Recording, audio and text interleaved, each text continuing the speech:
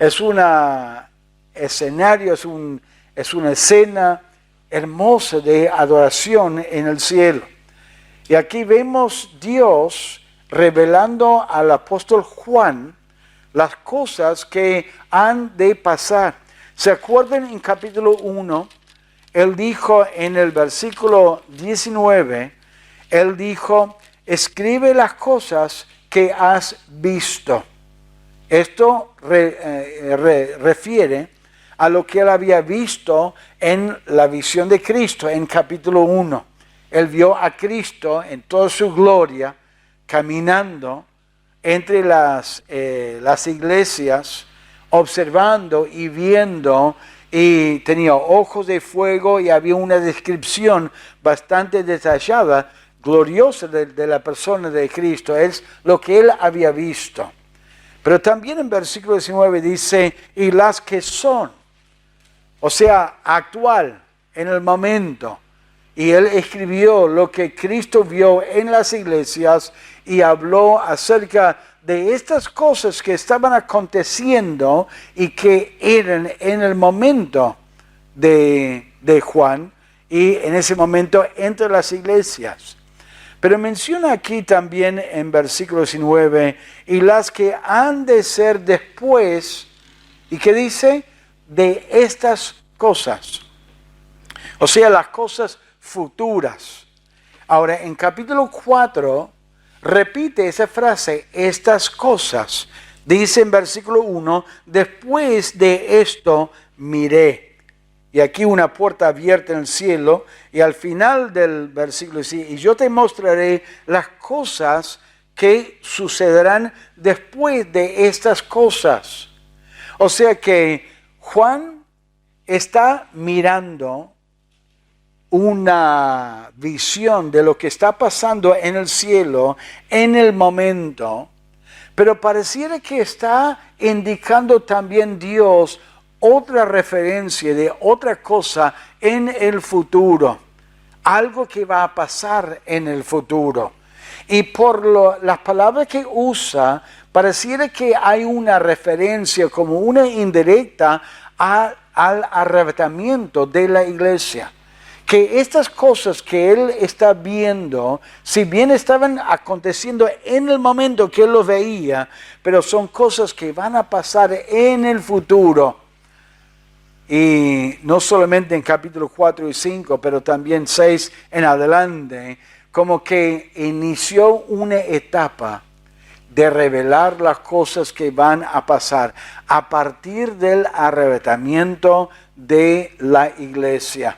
Mire las palabras y las frases que utiliza, que podría ser como una referencia al arrebatamiento de la iglesia. En el versículo 1 dice, he aquí una puerta abierta en el cielo, y la primera voz que oí como de trompeta. Ahora sí, buscamos en la Biblia, en 1 Tesalonicenses, nosotros como hijos de Dios estamos esperando que Dios nos llame a su presencia y estamos esperando el sonido de una trompeta. En 1 Tesalonicenses capítulo 4 dice así, Pablo dice a la iglesia en Tesalónica, en 1 Tesalonicenses 4, 13, tampoco queremos, hermanos, que ignoréis acerca de los que duermen, para que no os entristezcáis como los otros que no tienen esperanza, porque si creemos que Jesús murió y resucitó, así también traerá Dios con Jesús a los que durmieron en él. Por lo cual os decimos esto en palabra del Señor, que nosotros que vivimos, que habremos quedado hasta la venida del Señor, no precederemos a los que durmieron. Porque el Señor mismo, con voz de mando, con voz de arcángel y con trompeta de Dios, descenderá del cielo, y los muertos en Cristo resucitarán primero. ¿Qué estamos esperando como creyentes? La trompeta que va a anunciar el arrebatamiento, la venida de Cristo en el aire, la venida de Cristo a la tierra para reinar. Es otro momento.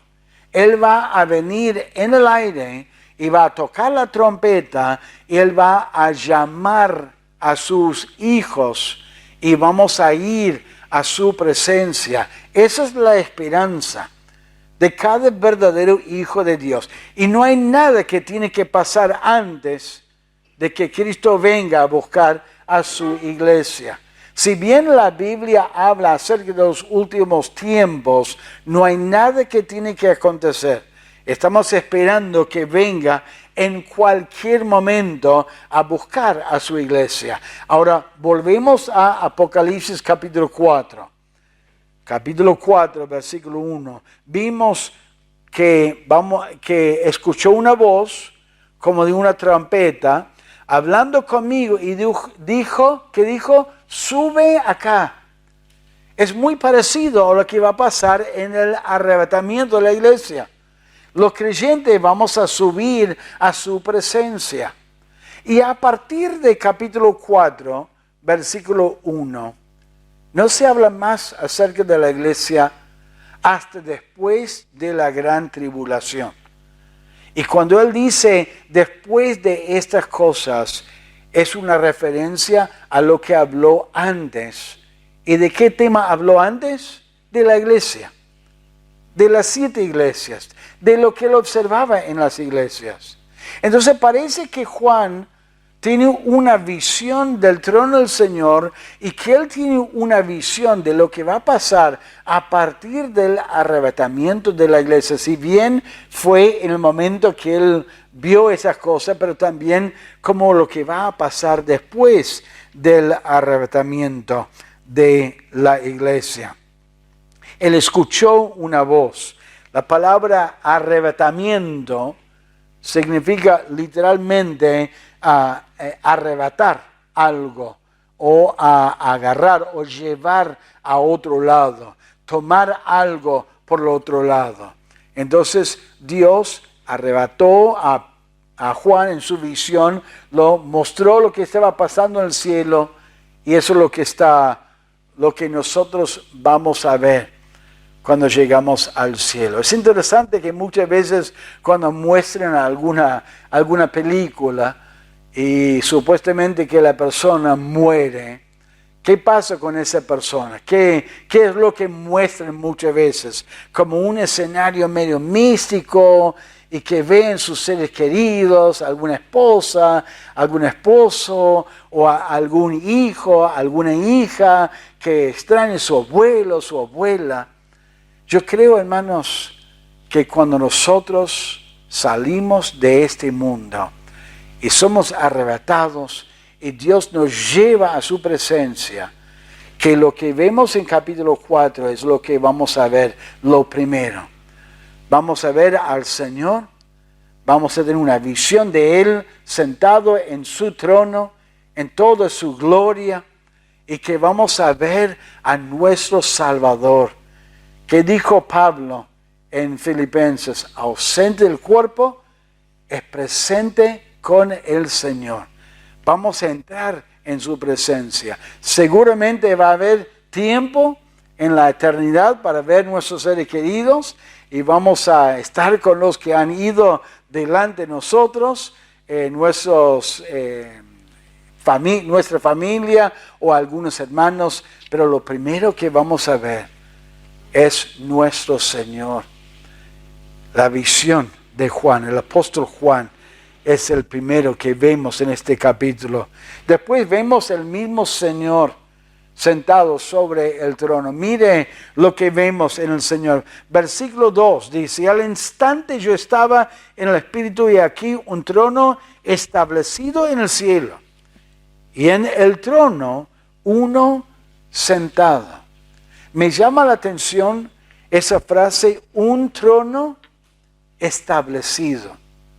Tiene la idea de un trono firme, un trono inmovible, un trono de lo cual uno está gobernando esta tierra. Dios en su soberanía, aunque parezca que no está gobernando en este momento, ahora está gobernando. Él ha dado al ser humano el libre albedrío y la libertad de elegir entre el bien y el mal. Y lamentablemente hay mucha gente que está eligiendo la maldad y muchas veces nos salpica a nosotros, nos toca a nosotros y sufrimos por la maldad de otros, como otros también pueden sufrir por nuestra maldad. Pero Dios nos ha dado libertad, pero Él está gobernando, Él está reinando, Él es soberano. Y Juan lo ve en toda su gloria, en toda su majestad y en toda su persona. Y es interesante que Juan no ve la forma de una persona, no ve la forma de Dios. ¿Qué es lo que ve él? Mira lo que dice el versículo 3.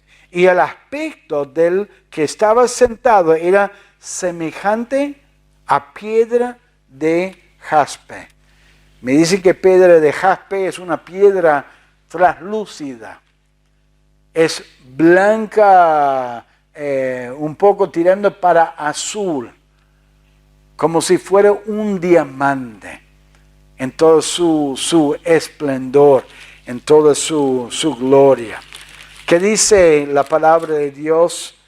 Dice así la palabra de Dios. Dice en Timoteo, el libro de Timoteo, dice, el único que tiene, versículo 15, la cual a su tiempo mostrará el bienaventurado y solo soberano Rey de reyes y Señor de señores, el único que tiene inmortalidad, que habite en luz inaccesible, a quien ninguno de los hombres ha visto ni puede ver, el cual sea la honra y el imperio sempiterno. Lo que Juan vio era el Señor sentado en ese trono, en su gloria, en toda su majestad. No solamente como una piedra de jaspe, pero miren en capítulo 4, en versículo 3, digamos, dice piedra de jaspe y de cornalina. Cornalina era una piedra preciosa, roja sangre, una roja bien oscura, y lo vio en toda su majestad y veía a él sentado sobre su trono y había un arco iris alrededor de él. No uno parcial que a veces nosotros cuando vemos la lluvia y vemos un arco iris, por ahí lo vemos parcial, o por ahí vemos uno que va de un lado para el otro lado, pero algunos colores no más. En todo su esplendor, Juan vio al Señor sentado sobre el trono, con esos colores majestuosos y brillantes, y vio un arco iris en todo su esplendor alrededor de ese trono. Y el arco iris, ¿por qué Dios nos dio el arco iris? A ver, los chicos seguro pueden recordar en la escuela dominical. ¿Por qué Dios nos dio el arco iris?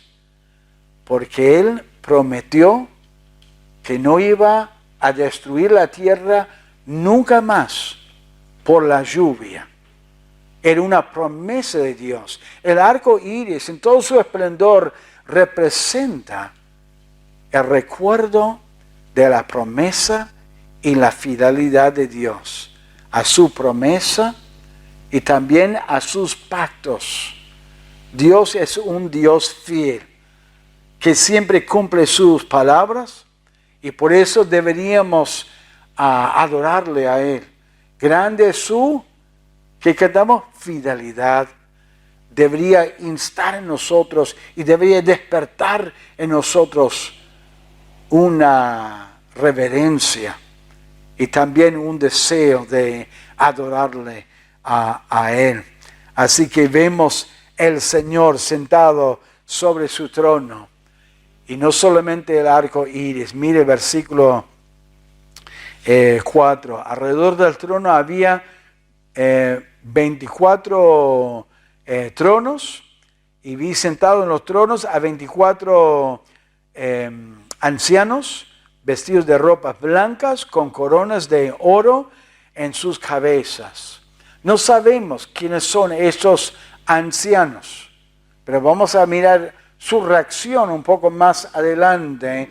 Ahí están acompañando al Señor en sus tronos, ahí sentado, por supuesto, no con la misma majestad que el Señor, pero están sentados ahí. ¿Y qué más vio Juan? Y del trono salían relámpagos y truenos y voces, y delante del trono ardían 7 lámparas de fuego. Esos relámpagos está recordando al mundo, está comunicando a Juan una cierta especie de gravedad, de juicio. El juicio de Dios va a llegar. El propósito de la gran tribulación es que Dios derrame su ira sobre el ser humano y que obre en ellos, dándoles una última oportunidad de arrepentirse, de sentir el juicio en un cierto sentido del pecado y el juicio de Dios hacia el ser humano. Durante miles de años, el ser humano en general ha olvidado de Dios, ha ignorado a Dios, no toma a Dios en cuenta, y ahora en su rebeldía Dios expresa su santidad en la rebeldía plena del ser humano, una vez que arrebata y lleva a la iglesia a su presencia. Va a desatar una perversión, una rebeldía, un enojo de parte del ser humano hacia Dios y un rechazo de Dios.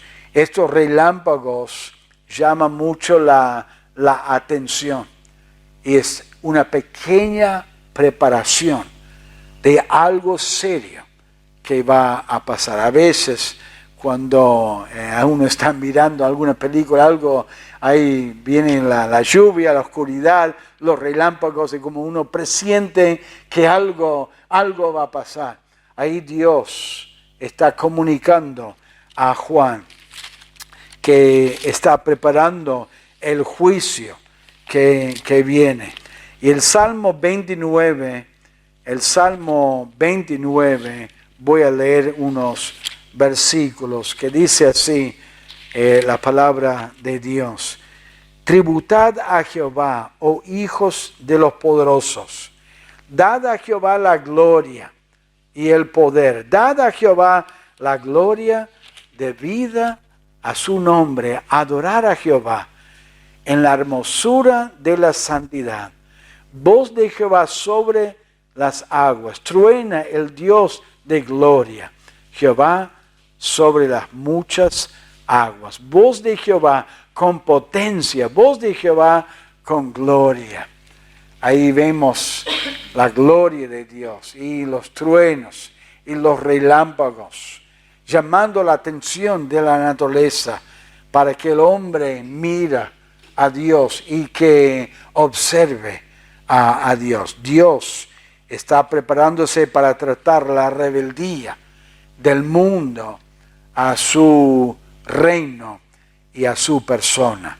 Vemos el apóstol Juan ahí en el cielo. Vemos el Señor sentado sobre su trono. Ahora vemos los seres vivientes, 4 seres vivientes que están ahí alrededor del trono. Mira lo que explica y lo que dice acerca de esos seres vivientes. Versículo 6. Y delante del trono había como un mar de vidrio, semejante al cristal, y junto al trono y alrededor del trono 4 seres vivientes llenos de ojos delante y detrás. El primer ser viviente era semejante a un león, el segundo era semejante a un becerro, El tercero tenía rostro como de hombre, y el cuarto era semejante a una águila volando. Y los 4 seres vivientes tenían cada uno 6 alas, y alrededor y por dentro estaban llenos de ojos, y no cesaban día y noche de decir: Santo, santo, santo es el Señor, Dios Todopoderoso, el que era, el que es y el que ha de venir. Parece que esos seres vivientes eran como una especie de ángel. Cuando uno mira en el Antiguo Testamento, Isaías capítulo 6, había unos serafines alrededor del Señor. Isaías tuvo una visión de esos serafines que tenían alas y que estaban diciendo: Santo, santo, santo es el Señor. Y le conmovió a Isaías a confesar su pecado, observando y viendo a Dios en su santidad. En Ezequiel hay otra visión similar, donde hay 4 seres, como los seres que describen aquí, y son querubines, otra clase de ángeles. Aparentemente hay ángeles alrededor del Señor y que están expresando su adoración a Dios las 24 horas del día. Claro, allá en el cielo no hay día, no hay noche, no hay tiempo. Dios vive fuera del tiempo.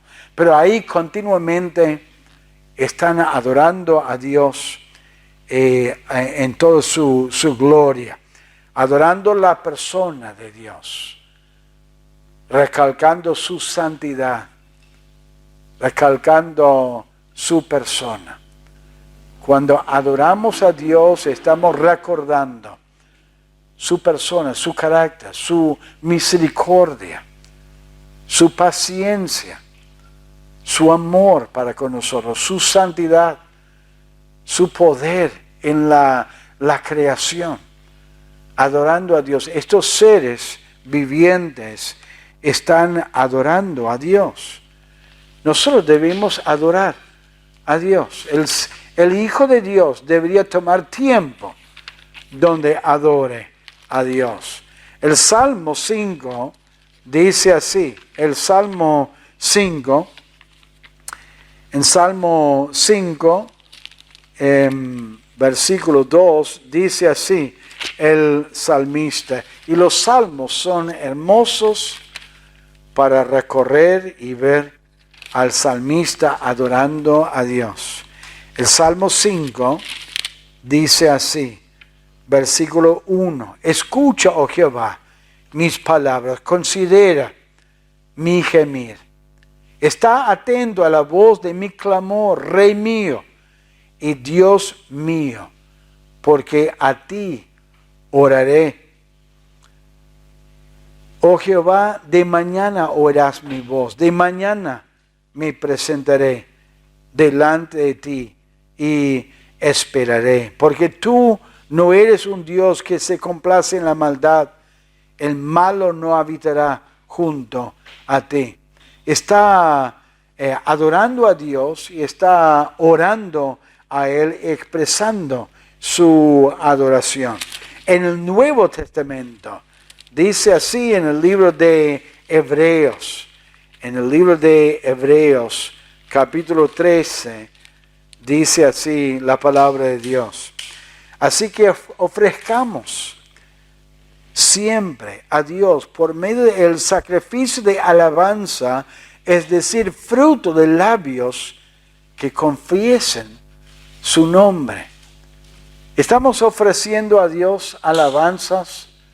¿Estamos tomando el tiempo para adorar a Dios? Temo que a veces venimos a la presencia de Dios como cuando vamos al supermercado. Cuando vamos al almacén, venimos con nuestra lista de cosas que buscamos conseguir, ¿no? Y a veces uno ora a Dios: Señor, dame esto, guíame en esto, resuélveme este problema. Hermanos, debemos dejar al lado a veces nuestras listas y peticiones y deseos, simplemente para adorar a Dios, para expresar nuestro aprecio, nuestro amor, nuestra admiración por nuestro Dios. Debemos adorarle a Él. Esta adoración de los seres vivientes afecta, influye a estos ancianos. Mire, y terminamos con esto. Versículo 9 dice así la palabra de Dios. Y siempre que aquellos seres vivientes dan gloria y honra y acción de gracias al que está sentado en el trono, al que vive por los siglos de los siglos, los 24 ancianos se postran delante del que está sentado en el trono. ¿Ve lo que pasa? Los seres vivientes están adorando a Dios, alabando su nombre, cantando adoración a Él. Y esto influye y afecta a los ancianos. Y ellos se postran delante de Dios, adorándole a Él. Estos ancianos, ellos responden a la adoración. Ellos responden a esa alabanza. Y ellos adoran, dan alabanzas a Dios, alaban a Dios y dan gracias a Dios. La adoración es cuando uno mira el carácter de Dios, cuando enfatiza y recalca su persona, su amor, su santidad, su poder. La acción de gracias es cuando uno reconoce la obra de Dios en su vida, lo que Él hace en nuestra vida. Debemos dar gracias a Dios. Somos prontos cuando hay un problema. Uy, Señor, ayúdame, socorro, guíame. Señor, resuelve ese problema. Pero cuando Dios obra en nuestra vida, somos prontos en agradecerles a Él y reconocer, qué bien que Dios obró de esa manera. Gloria a Dios. Es fácil expresarnos rapidito con una frase, pero tomamos el tiempo para realmente reconocerle, orando a Él. Señor, gracias por obrar de esa manera. Gracias por la oportunidad que nos has dado para hablar. Gracias por suplir esa necesidad. Oramos y te pedimos y contestaste. Tú eres un Dios fiel, tú eres un Dios misericordioso, tú eres un Dios bondadoso en nuestra vida. Los ancianos responden en adoración y dando en acciones de gracias al Señor. Y es interesante que mencionó que ellos tenían algunas coronas de oro. Pero mire lo que ellos hacen con esas coronas de oro. Al final del versículo 10 dice, y echan sus coronas delante del trono, diciendo, Señor, digno eres de recibir la gloria y la honra y el poder. Ellos echan esas coronas. Esas coronas que ya se mencionó, coronas en el libro de Apocalipsis, esas coronas probablemente son coronas que recibieron como una recompensa por su fidelidad, por su servicio, una recompensa que Dios promete a todos sus hijos por su servicio.